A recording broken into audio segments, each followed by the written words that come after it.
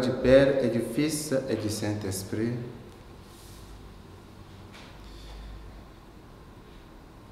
Toi, qu'on nomme le conseiller, toi le don du Dieu très haut, source vive, feu charité, invisible consécration.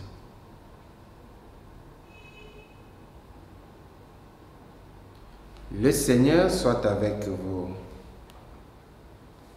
Évangile de Jésus-Christ selon Saint Luc.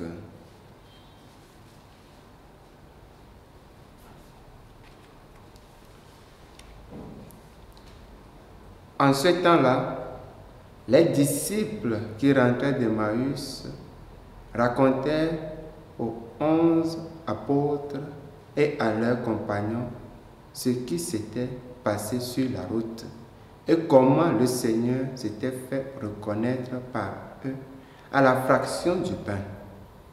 Comme ils en parlaient encore, lui-même fut présent au milieu d'eux et leur dit: la paix soit avec vous.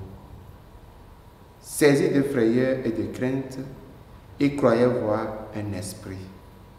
Jésus leur dit: pourquoi êtes-vous bouleversés et pourquoi ces pensées qui surgissent dans votre cœur? Voyez mes mains et mes pieds, c'est bien moi. Touchez-moi, regardez. Un esprit n'a pas de chair ni d'os, comme vous constatez que j'en ai. Après cette parole, il leur montra ses mains et ses pieds. Dans leur joie, ils n'osaient pas encore y croire et restaient saisis d'étonnement. Jésus leur dit: avez-vous ici quelque chose à manger? Ils lui présentèrent une part de poisson grillé qu'il prit et mangea devant eux.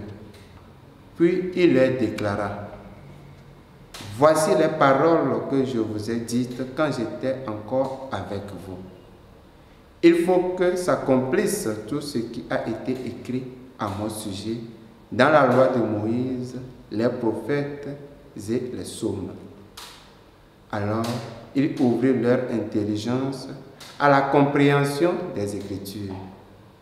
Il leur dit: ainsi est-il écrit que le Christ souffrirait, qu'il ressusciterait d'entre les morts le troisième jour, et que la conversion serait proclamée en son nom pour le pardon des péchés à toutes les nations, en commençant par Jérusalem. À vous d'en être les témoins.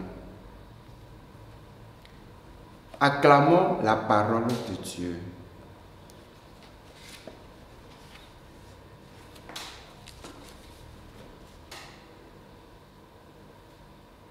Chers frères et sœurs, loué soit Jésus-Christ. Aujourd'hui, le Christ ressuscité salue à nouveau les disciples et leur souhaite la paix. La paix soit avec vous. Il efface ainsi les craintes et les pressentiments de ses disciples. Jésus n'est pas un esprit. Il est bien réel. Mais parfois, la peur s'empare de nous et devient l'unique réalité. D'autres fois, c'est le manque de foi et de vie intérieure qui transforme les choses. La peur devient réalité et le Christ s'efface de nos vies. Au contraire, la présence du Christ dans la vie du chrétien écarte les doutes et illumine notre existence, spécialement ces recoins qu'aucune explication humaine ne serait pas éclaircie. La résurrection du Christ donne son sens à toutes les vicissitudes et à tous les sentiments. Elle nous permet de récupérer le calme et de trouver la paix dans les ténèbres de notre vie. Les autres petites lumières que nous rencontrons ici-bas n'ont de sens qu'à cette lumière. Il fallait que s'accomplisse tout ce qui a été écrit de moi dans la loi de Moïse, les prophètes et les psaumes. Alors, il leur ouvrit l'esprit à l'intelligence des Écritures. Le Seigneur veut aussi nous ouvrir l'intelligence des Écritures. Il désire transformer notre pauvre cœur en un cœur aussi ardent que le sien, grâce à l'explication des Écritures. En d'autres termes, la tâche du chrétien est de voir que le Seigneur veut transformer son histoire en histoire du salut. Loué soit Jésus-Christ.